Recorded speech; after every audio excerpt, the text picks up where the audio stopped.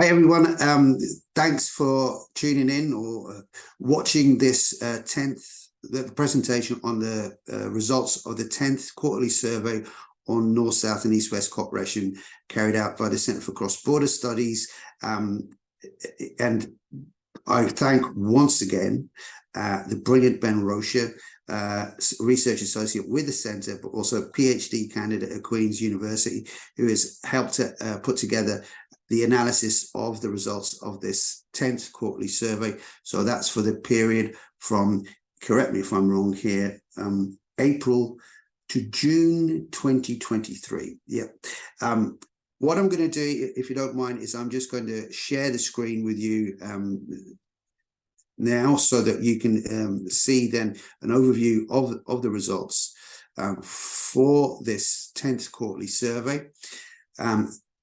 I'm Anthony. I'm the director of the Centre for Cross-Border Studies, if you don't know who I am already.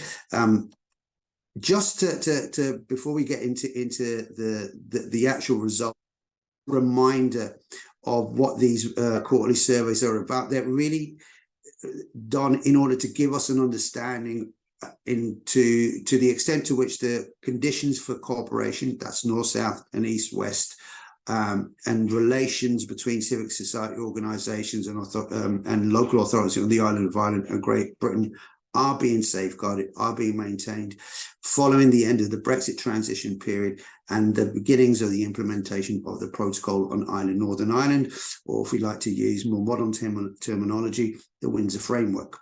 But before I go on, these quarterly surveys began in the first quarter of 2021 to coincide with that period.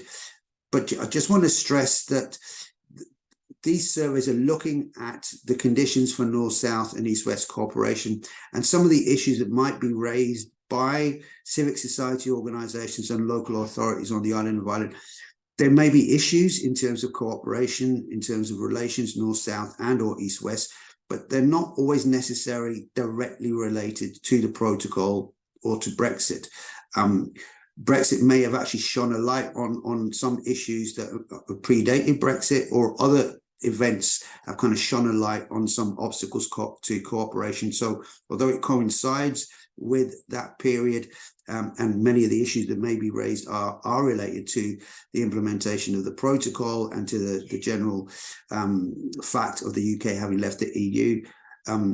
Many issues will be directly related to that, but some may actually be to do with other obstacles to cooperation that might not be directly related. So I just wanted to briefly mention that.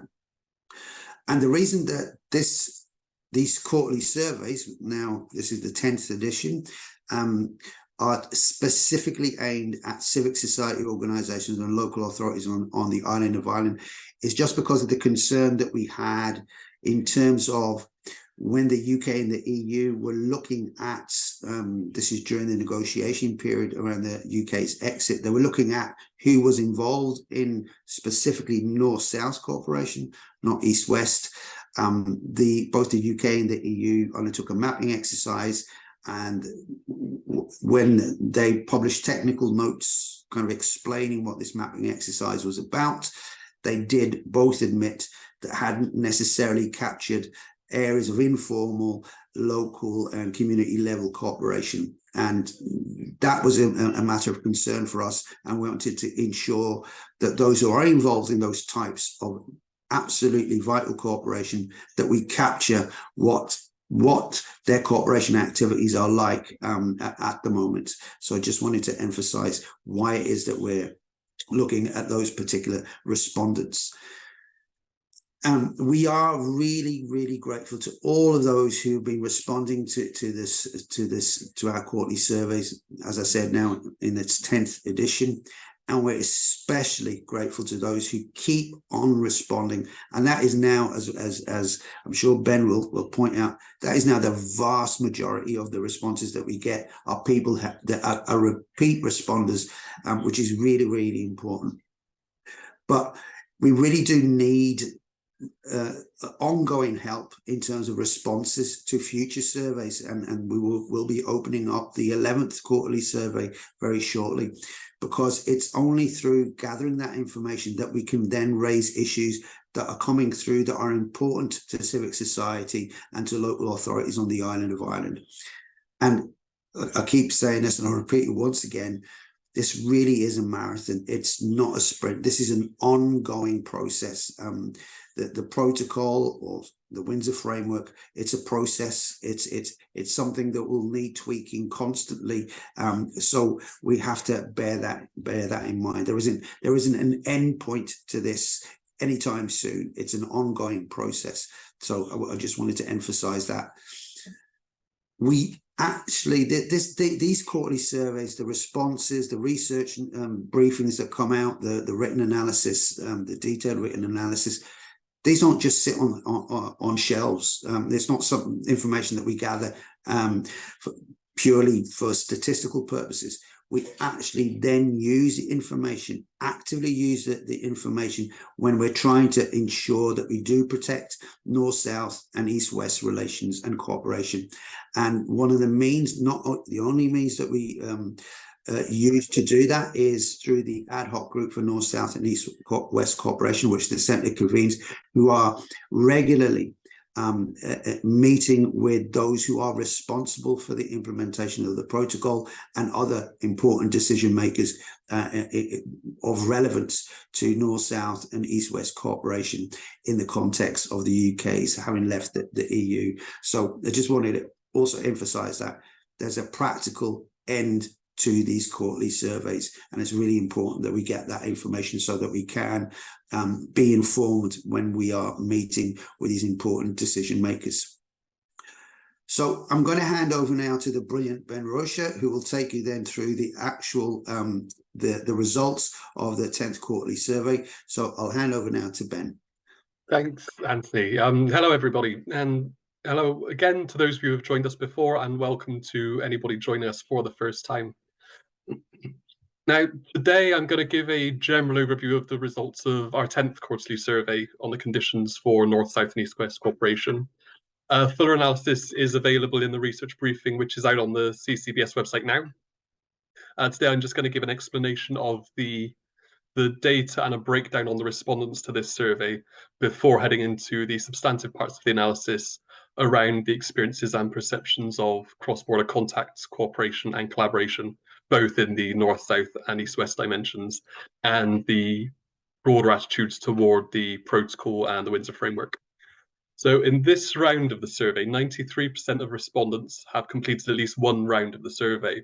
And as Anthony says, given that the survey has now been repeated every quarter since the start of 2021, and that we have a consistently higher level of repeat respondents, it allows us to infer the shape of trends regarding reviews and experiences of the protocol in a practical sense with a very good degree of clarity. The fact that you keep coming back and telling us what's going on allows us to draw out these broad trends. And these insights are further developed through the inclusion of the qualitative responses. These are in addition to the central contextual questions, and allow for more nuanced insights into how respondents are experiencing the changing social, political, regulatory and material conditions for North-South and East-West collaboration, as well as their suggestions for ways to improve these environments. As always, it should be appreciated that the respondents to all rounds of the surveys have a wealth of insight and experience and expertise of cross-border cooperation. And so the results we present here need to be born with that expertise in mind. Now, the data for this round of the survey has been collected through self-selected respondents between the 12th of June and 24th of July 2023. We've gathered 30 responses in total, and as I say, 93% have reported they have completed at least one previous round of the survey. In this survey, 43% of respondents are based in the Republic of Ireland and 37% based in Northern Ireland, with 20% having a presence on both sides of the border. And so this gives a broad and balanced range of experience and insights across the jurisdictions. Now, looking to the North-South dimension, in this quarter, 77% of respondents have had meetings with other organisations in the other jurisdiction on the island of Ireland. For 43% of respondents, Their level of contact this quarter has been at the same level as the last and has increased for 40% of respondents. So again, we're seeing quite robust interaction in terms of North-South engagement. 96% of respondents have reported that meetings with organisations in the other jurisdiction have discussed challenges to cross-border cooperation, either on occasion for 61% or to a significant extent for 35% of respondents. And we'll see this throughout the survey, but the nature of these challenges are quite varied, but do tend to focus particularly on concerns around funding. Now, 77% of respondents are currently involved in cross-border collaborations with a partner in the other jurisdiction, and 77% of respondents are actively considering new collaborative projects. So again, in terms of the North-South engagement, this has been and continues to be quite robust. The majority of our respondents are actively engaged and continuing to engage in cross-border projects. Now, 65% of respondents who are presently engaged in cross-border projects reported that they have been in receipt of funding for these projects, and the predominant source of funding has been the Irish government. If we look now towards the perceptions of the contextual environments for cooperation and collaboration, in terms of the political context, 83% of respondents believe that it has stayed more or less the same since the previous quarter. Now, given that 27% reported that it had improved on the previous quarter in the 9th survey, this continued stability at such a high level is quite a promising sign. However, there are issues that still remain, and despite this apparent progress, when we've asked respondents to expand on their experiences of the political context, they focus particularly on the lack of assembly at Stormont as holding back the potential for collaboration. One of our respondents has said that the post-NI election stagnation, hopefully after the summer season, progression for new political arrangements will commence depending on the DUP position. And another has said, without a resumption of the Assembly, it is difficult to both plan or to make specific commitments on projects due to a lack of clarity on funding and indeed on government policy. Looking towards the social context, 70% of respondents say that it has remained the same as the previous quarter, and 13% say it has diminished, and 13% say it has improved over the period. Now, again, given that 21% of response reports that improved in the previous survey, we still have a relative level of stability. 70% of respondents saying it's the same following that increased perception on the last quarter is a good sign. When we've asked participants to elaborate on the social context, people, as I mentioned previously, are concerned around the lack of funding and point to increased engagement with partners in the South given political status in the North. One respondent has said that we are collaborating on a voluntary basis with no funding. And another said that stagnation in the North has increased interest in how things are working in the South. So again, the lack of funding and lack of assembly in the North is impacting on how organisations in the North are relating to and engaging with their collaborators in the South. In terms of the regulatory context, 77% of respondents say that it has remained the same compared to the previous quarter, and 7% says it's improved. And again, while this is only a modest perception of improvement, it's only the second time an improvement in the regulatory context has been reported since these surveys were first conducted. And the second one was in January to March. And so basically in 2023, while it's modest, we are seeing a sense of improvement across most contexts. When we've asked respondents to expand on these experiences, they've pointed to concerns around, and obviously the landscape has changed since this survey was closed and since these questions were asked. And so respondents have pointed towards concerns around the changes in trading conditions that were due to take place in October, saying that the next phase of changes in trading arrangements in autumn will be problematic. Now, obviously, we know that the government has delayed these again, but that doesn't necessarily solve this issue. It just prolongs and kicks into the grass to be dealt with at a future date. Now, with regards to the material context for North-South collaboration, 67% of respondents believe it is the same as the previous quarter, with 10% reporting an improvement and 13% saying it's deteriorated. And we've asked people to elaborate on this.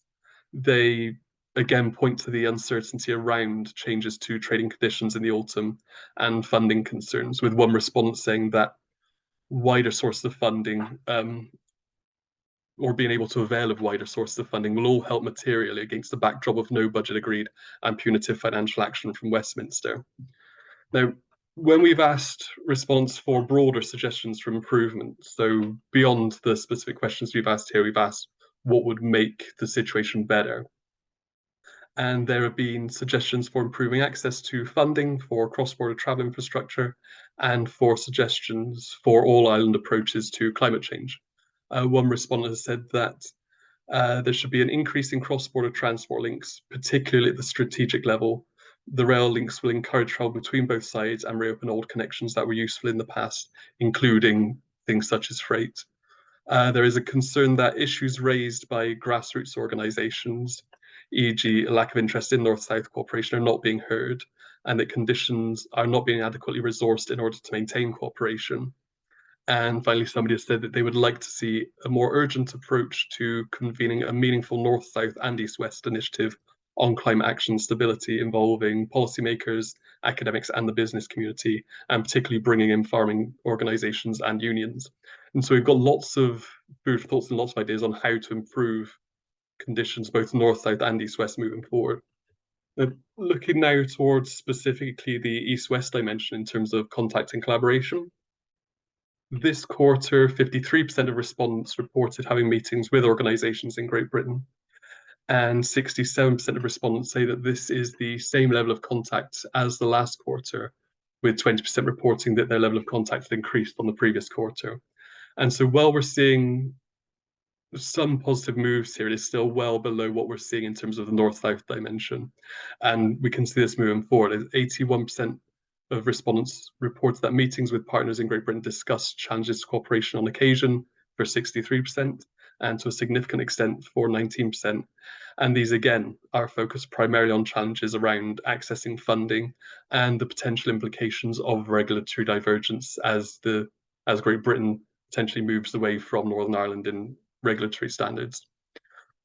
This quarter, only 37% of respondents say they are currently involved in collaboration with a GB-based organisation, and only 33% of respondents are actively considering initiating new collaborative projects with organisations in Great Britain. And so this is essentially less than half of those engaged in North-South collaboration, and it's something that the UK government really needs to focus on developing. The East-West dimension is clearly not maintaining the same pace and level of robustness as North and South, and the UK government need to put a strong focus on developing that dimension. 55% of respondents currently engaged in East-West collaborative projects reported that their organisation was in receipt of funding for their projects. And the funding has been drawn mainly from the EU, the Irish government, and the organisation's own core funding. And again, nobody has reported receiving funding from the UK government to maintain and develop East-West projects. If we look now towards the contextual environments, in terms of the political context, 67% of respondents believe that the political context for East-West cooperation has remained the same since the previous quarter, with 20% saying it's deteriorated. And when we've asked response to expand on this, they've indicated that the UK government is not focusing on the correct priorities, and a sense that Northern Ireland broadly is being punished for the DUP's refusal to enter an executive. One respondent has said that there is a collective sense that society is being punitively under-resourced in order to pressurise the DUP back into assembly, and that the chill factor around this is a distancing from anything that involves Northern Ireland. And another has said that it is difficult to hold faith in a system that is now fixated to such an extent on displacement activities, such as pursuing rip-off degrees, that take away from the real issues of these days and times. If we look towards the social context, 77% of respondents report that the social context has remained the same since the previous quarter, and 10% is saying it's deteriorated. And only 7% report that it's improved. So again, we're seeing a level of stability here. It's just not quite at the same heights as the North-South dimension. And when we look toward the regulatory context, 60% of respondents say that it has stayed the same over the last quarter, and 10% saying it's improved, but 13% saying it's deteriorated, and 17% simply say that they don't know where they stand with the regulatory context. However, one of the respondents has mentioned that the protocol issues now with the Windsor framework have been resolved. So there is still some sense of optimism moving forward. With regard to the material context, 57% of respondents have reported that it has remained the same on the last quarter, and again, 20% of respondents say it's deteriorated. So compared to the relative buoyancy we've seen in the North, or perceptions and experience of the North-South dimension, East-West is simply not keeping up pace, and it's something that needs to be given due political focus to improve and sustain. When we've asked for broader suggestions for improvement, people have suggested improved engagement with Northern Ireland in terms of energy environment issues, particularly. There are issues such as the Ireland Waves Joint Accord, which are very welcome, but we're disappointed that public health was not an area of cooperation, and that the business community have been very proactive, but also very well supported, would like to see something similar for health matters. And somebody else said they would like to see exploration of cooperation in areas of energy and environmental protection. Now, this survey, we've asked around perceptions on the protocol and the Windsor framework, and 64% of respondents have reported that they believe the protocol is, on balance, a good thing for cooperation across the UK and Ireland, compared to 30% who say that it's had no impact, and only 7% who believe it has had a negative impact on cooperation and collaboration. When we've asked around the Windsor framework, 74% of respondents believe it's an improvement on the protocol, with 22% saying it's made no change, and only 4% saying the situation has made the situation work. So we've seen throughout these surveys that people are genuinely supportive of the protocol. Nobody necessarily thinks it is a perfect solution, but given the options, think that it is the best one available and the best one for moving forward.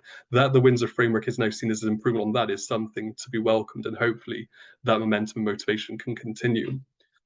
Now, we have asked for response to just give broader comments around their situations and experiences. And one particularly in-depth one we've had to this survey is that the work to develop links between North-South and East-West is a continuous effort. More importantly, probably North-South. Confidence building is a function that must be continuously grown so that communities get to know one another and build trust. This can be achieved through normal social contacts, businesses and political, but can be strategically guided by long-term decisions like tourism projects that are linked energy, environmental collaboration, including maritime projects and of course the transportation links like rail. The All Ireland Rail Review report is being impeded by the absence of Stormont at this stage, and it has negative impact on efforts in the south to advance rail projects and drains confidence from groups working on such issues. The rail developments are positive, environmentally necessary, and future-proofed in terms of the SDGs for 2030 and beyond, the Sustainable Development Goals for 2030 and beyond. Yet there is no urgency in the North political system to collaborate and progress. The absence of progress on issuing the All Ireland Rail Review report is symptomatic of the unwillingness for both sides of the border to recognise win-win situations for the betterment of the island populations. In this case, politics is a hindrance to mutually beneficial decision-making. Now, obviously, this touches on a lot of different avenues in terms of issues with lack of assembly, issues with lack of funding, issues around environmental, issues around North-South cooperation at political levels. But I think what needs to be taken from this is the fact that none of these issues can necessarily be addressed in isolation. This is a holistic approach that needs to be taken to make sure that cross-border cooperation, both North-South and East-West, can be maintained. It's not something where you can address one issue and expect everything else to fall in line. Everything needs to be taken as an entirety. Now, to conclude on this survey, in many ways, it builds on the positive notes that we saw emerge at the start of 2023 and have consistently improved since 2023. And while in many cases people believe there has been a deterioration across several contexts on a previous quarter, there remains a predominant sense that the situation has remained the same this quarter based on the improved perceptions of the previous quarter. So generally considered in light of the general sense of improvement we've seen in the 9th survey, there is still a sense of optimism that has not been apparent since these surveys were started in early 2021. And this positivity we can broadly attribute to the Windsor framework as resolving and mitigating against most of the outstanding issues around the protocol. And as well as that, recognising that people now, we are basically 2 years on from Brexit now, and that people have largely adapted to the post-Brexit landscape. What we need to recognise, though, is that this progress is fragile, And this quarter has particularly reported lower levels of contact and collaboration, both north-south and east-west, in the previous quarter. In terms of high politics, the UK government is perceived to be increasingly distracted by what we'll call culture war issues, rather than focusing on what people see as the serious business of governing. And this risks undermining the progress that has been made with regard to Northern Ireland so far. Furthermore, and this is something that has consistently come up in these reports, is that the absence of a functioning assembly at Stormont is having an ongoing negative impact for cooperation and collaboration, both north-south and east-west, where people feel like they are increasingly being punished for the inaction of their politicians. And this again speaks to the broader issues around funding. We've seen the Chris Heaton-Harris's taken measures with regard to the Northern Irish budget, and people are increasingly concerned around the funding landscape for these projects. And that is something that we need both the UK government and we need a functioning executive in order to be able to redress. But ultimately, there is cause for cautious optimism here, and the worst of Brexit disruption is over. However, much work needs to be done in order to restore the conditions for cooperation and collaboration to their pre-Brexit levels and encourage and support robust and enduring relations across these islands, particularly north-south and east-west. Particularly east-west, sorry, where collaboration levels are far behind those we are seeing north-south. And I'm going to finish up there. Thank you so much, Ben. I think that was a great summary, and just to kind of finish this presentation, just to pick up on a few things, or stress a few things that you just pointed out during that presentation of the results, but also in terms of the conclusion. I think it's important to pick up again on the really positive perception of the protocol and of the Windsor Framework, how the Windsor Framework is an improvement or has resolved certain issues, or potentially resolved certain issues with the protocol. But I think it's important for us to remember that the people who are responding and have this positive, generally very, very positive in terms of view of the protocol framework, are people, are organizations directly involved in north-south, and in most cases also in east-west cooperation. So it's people involved in cooperation. They're the ones that are presenting this kind of perception or this assessment of the protocol and the Windsor Framework. So obviously there are other individuals or other organizations who will have a different perspective, a different assessment, but this is the assessment of those who are involved in north-south and east-west cooperation. I think it's important to stress that. Also, to pick up on what the results show is generally a kind of a stabilization coming from what we saw early 2023, which was a kind of a more positive outlook towards the context for cooperation in its various dimensions. Although in saying that, a slight divergence between north-south and east-west, and you can particularly see in terms of the east-west where there was more pessimism, let's say, especially around the regulatory and the material context for east-west cooperation. That was very apparent. But in kind of a general overview, a kind of a stabilization coming from a more positive outlook in the first quarter of 2023, which is positive. But as you pointed out, or as the respondents to this survey have pointed out, the lack of a Northern Ireland Assembly is problematic. As that kind of rather long comment, but a very insightful comment showed, there are opportunities there, but they can't be taken up in terms of north-south cooperation, because without a functioning assembly or executive, there's nobody there to take up the opportunities that may be presented, whereas the Irish government might be ready to go. There is nobody on the Northern Ireland side to kind of reciprocate or to kind of take up those particular opportunities, and also that lack of government and the budgetary situation in Northern Ireland is having a real effect, negative effect on civic society organisations and local authorities in Northern Ireland, which kind of impacts their ability, perhaps, or restricts their ability to engage in North-South cooperation and East-West cooperation as well, which is worrying. I think that there is a generally positive outlook, but there are serious issues here that need to be resolved in order for us to really to be able to grab the opportunities that are out there. Look, I think we'll end it there, and thank you so much, Ben, once again for that just brilliant presentation, wonderful overview of the results of this 10th quarterly survey.